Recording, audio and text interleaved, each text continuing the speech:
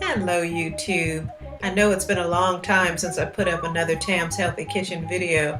I think the last was about 2010. Oh my goodness, it's been way too long. Well, I'm no longer in LA. I don't have my camera crew. I have just me. But I decided I was going to be creative and I was going to find a way, make a way to get another video to you. And this video is Moi Moi. It's a very special video because it's kind of like something that I just did. I visualized and imagined how to do it on my own without a cameraman. And I hope you like it. It's kind of a demonstration. I'm standing behind the camera at the same time and I'm cooking. So it's kind of weird. My hands come around the camera like this. You'll see. But I think that you'll get the idea. It's very, very clear and demonstrative. I'll make sure that I put some ideas for the ingredients in the description box so that you have an idea of how much spice to put in. Certainly it's all up to you, up to taste. But I know you'll enjoy this eclectic dish. It's moi moi, but the moi moi, which is a West African dish made out of black-eyed peas, is added with an Ethiopian flair. I think you'll enjoy it. Let me know. And remember, the way to really know what's happening with Tam's Healthy Kitchen or the Illuminations Media Network or Solutions Radio is to subscribe. That way you'll always get a notification when something new is happening. All right, hope you enjoyed the video. I want to hear from you, some suggestions and feedback. Peace. Here we'll find a really delicious dish that is from Africa, but it's actually eclectically blending two different places in Africa. I added the rich and aromatic spices of Ethiopia to the moi moi, which is a West African black-eyed pea dumpling. Here you'll see the spices. We'll see the fenugreek. We also see the black cardamom, the berbere, and the Ethiopian 7-spice mix, which is a cardamom.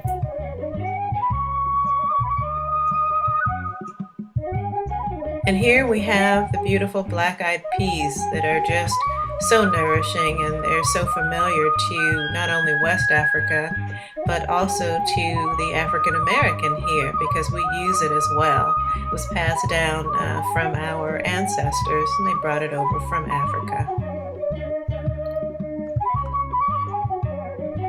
We'll also be using an organic tomato paste, Bragg liquid aminos, which is completely GMO free. We're also using a safflower oil that's really excellent for high heat cooking, so it's safe. Also a sweet onion here, 1 onion and 1 clove of garlic.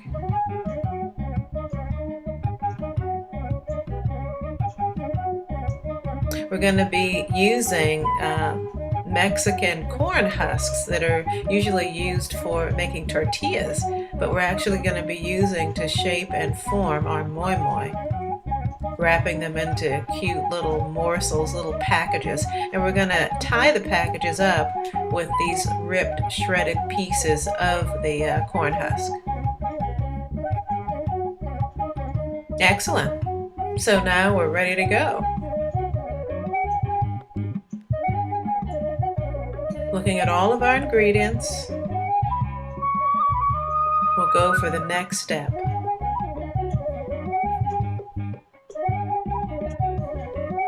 And here we have our black-eyed peas that have been soaked for at least 24 hours in the fridge.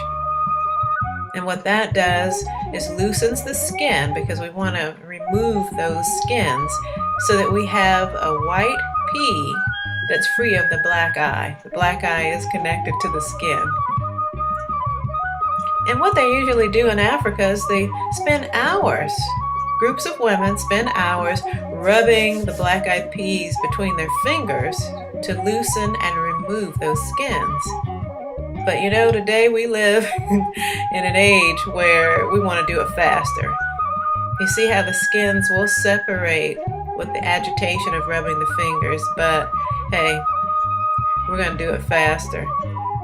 You see, now we've got just the smooth, creamy white pea that's free of the tough skin.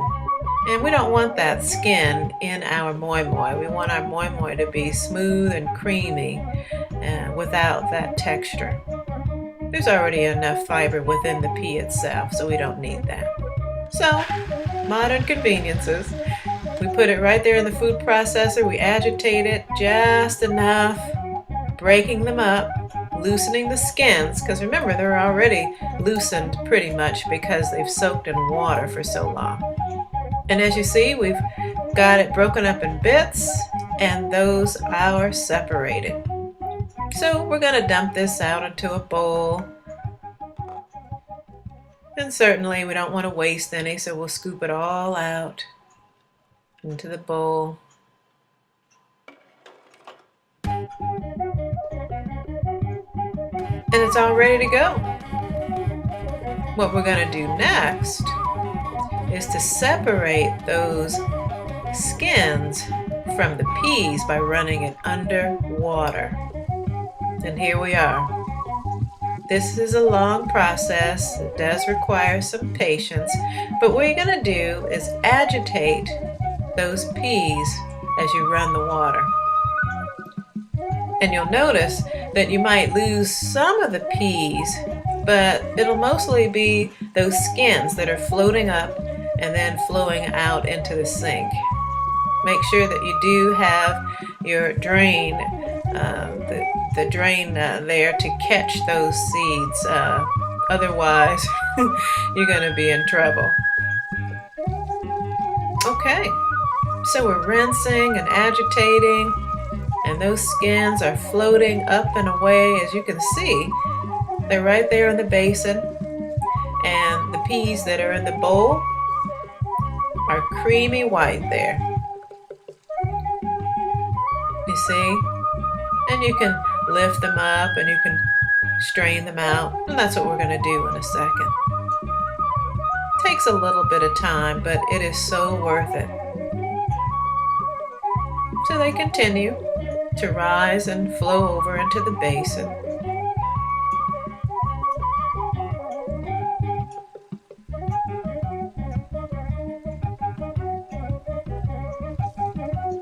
Excellent.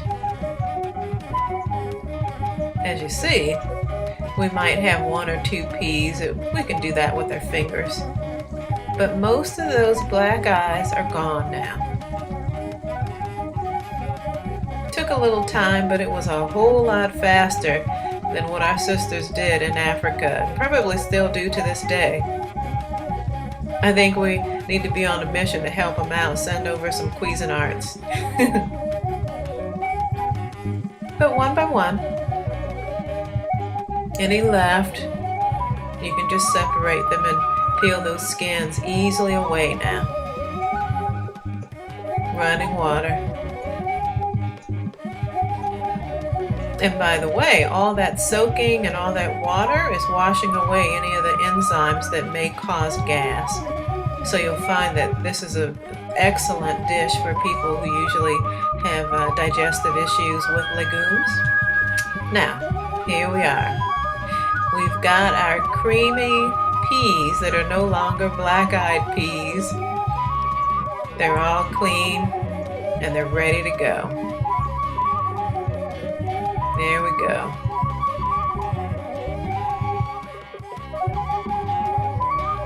We're going to set those aside to drain. And in a big bowl like this, you want to place your warm water and your corn husks to soak.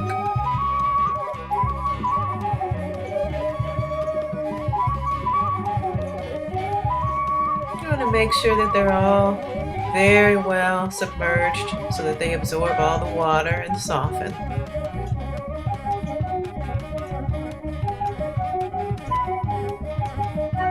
That's right.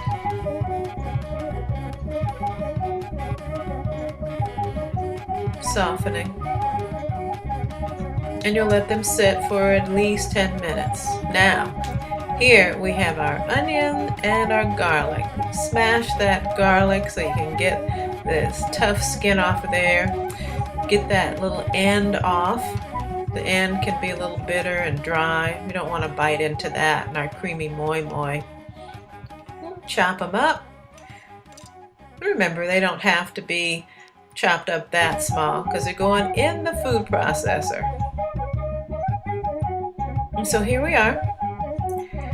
We've got our black-eyed peas that are no longer black-eyed. We've got our onion and our garlic going into the food processor.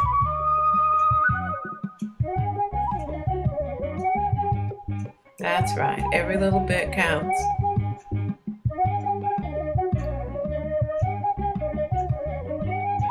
Next, we're going to put in our oil, our safflower oil, healthy oil with a very high smoking point. We're also going to put in our salt and our Ethiopian spices.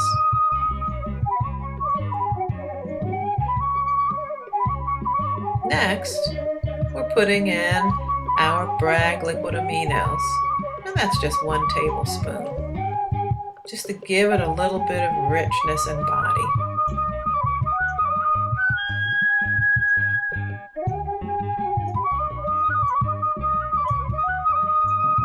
And there's our tomato paste.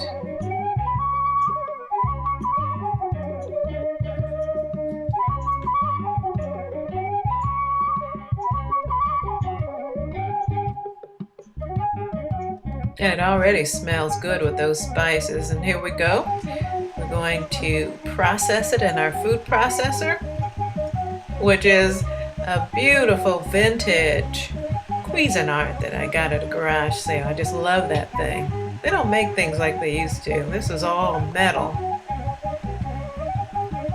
And so it's all mixing and chopping and blending all of your spices, your peas, your oil in there to emulsify everything. So let's see what we've got here. We have a creamy batter, if you will. And it's colored slightly pink by the berbere and the tomato paste. And it smells really beautiful. And the wonderful thing about this dish, you can add any spices you like. You could probably even make this Italian by putting in basil and oregano, garlic, maybe some fennel. You could make it Asian. You could probably make it Indian, putting curry in, anything. Well, now we have our softened corn husks ready to go. And look how pliable and soft they are. And you see I'm using one hand because I have the other hand on the camera. It's interesting how creative you'll get when you don't have a camera crew. But we got to make things happen. We want to share these dishes with you. So here we are. I'm squeezing out the water. And just note how soft and flexible they are just by soaking for about 10 minutes. You really want them pliable like this because remember, you're going to use them to create cute little packages that you're going to tie up with the excess string. Like here, this is how you're going to tear your corn husk strings so that you can tie up your packages. Just tear them off one by one. And you might want to even count how many you're going to have. Sometimes you never know. And if you have extra, doesn't matter. You can probably use it for other things too. And you can re-dry them and use them again. So here we have one that's laid out and ready to go. We have our strips that we have cut. And it's good that everything is nice and flexible because we're going to create our cute little packages with our moi moi.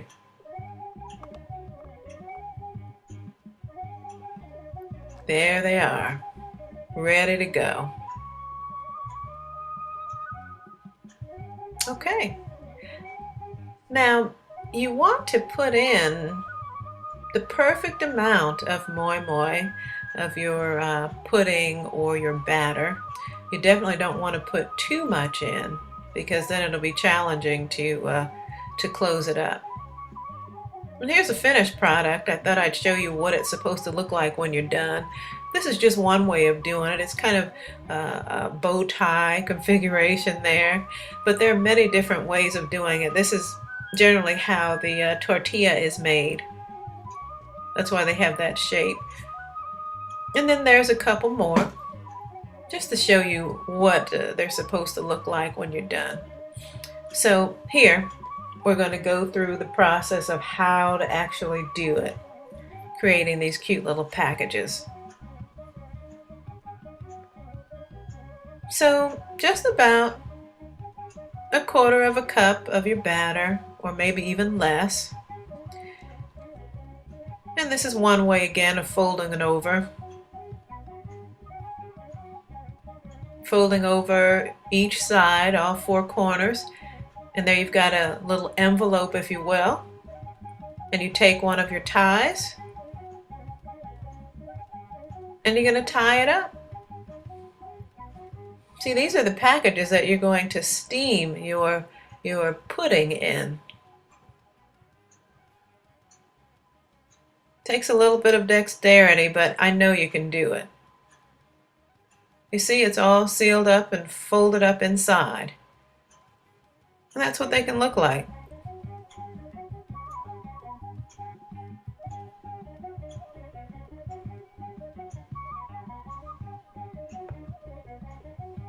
And those are ready to go in the steamer. But let's do it again. Let's go through it again so that you'll get it. So around a quarter of a cup or less of your batter right in the middle. Don't want to make it too full. Fold over one side. Another side over there.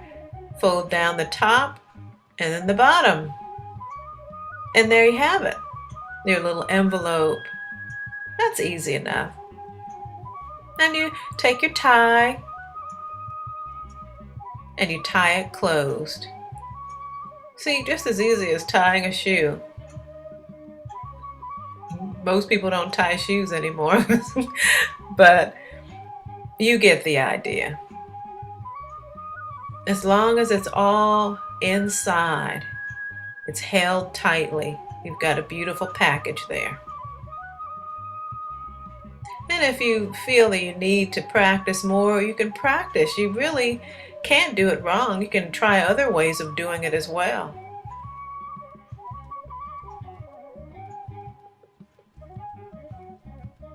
And there you have them. One more, just to make sure you've got it.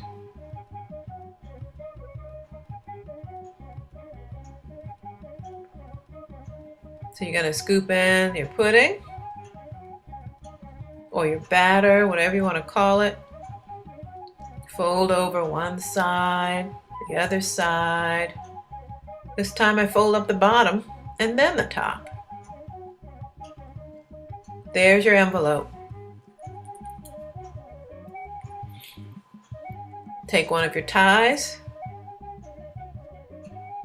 And remember that sometimes the ties might be too short. You can always tie a couple ties together to lengthen it.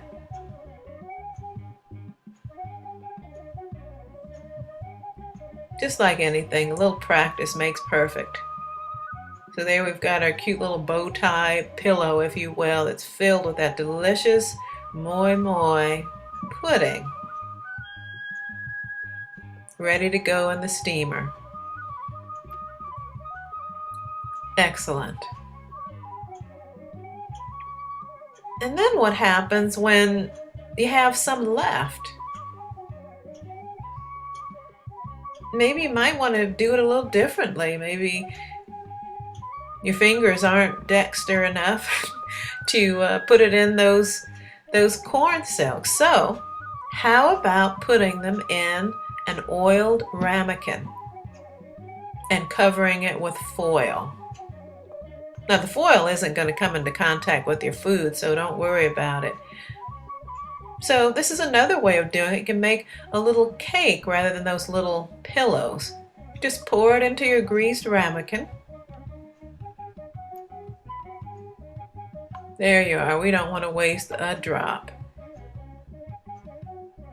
And the beautiful thing about putting it into a ramekin is that you're going to get a little cake that can also be sliced.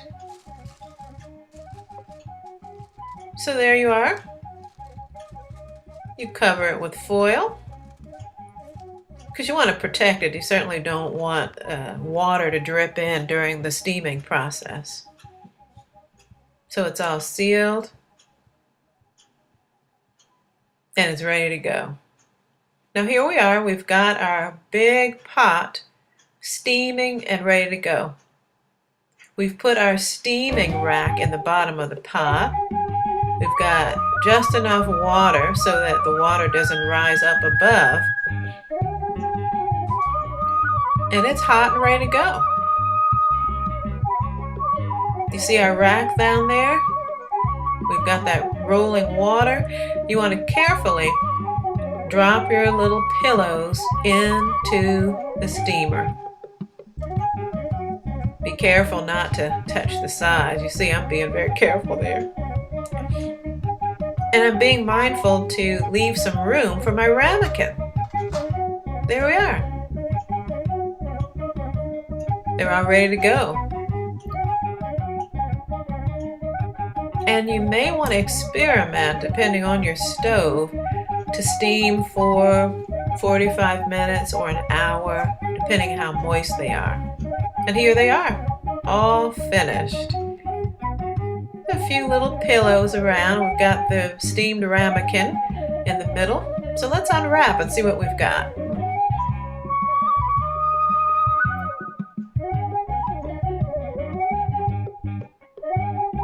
So you basically unwrap it the same way you wrapped it.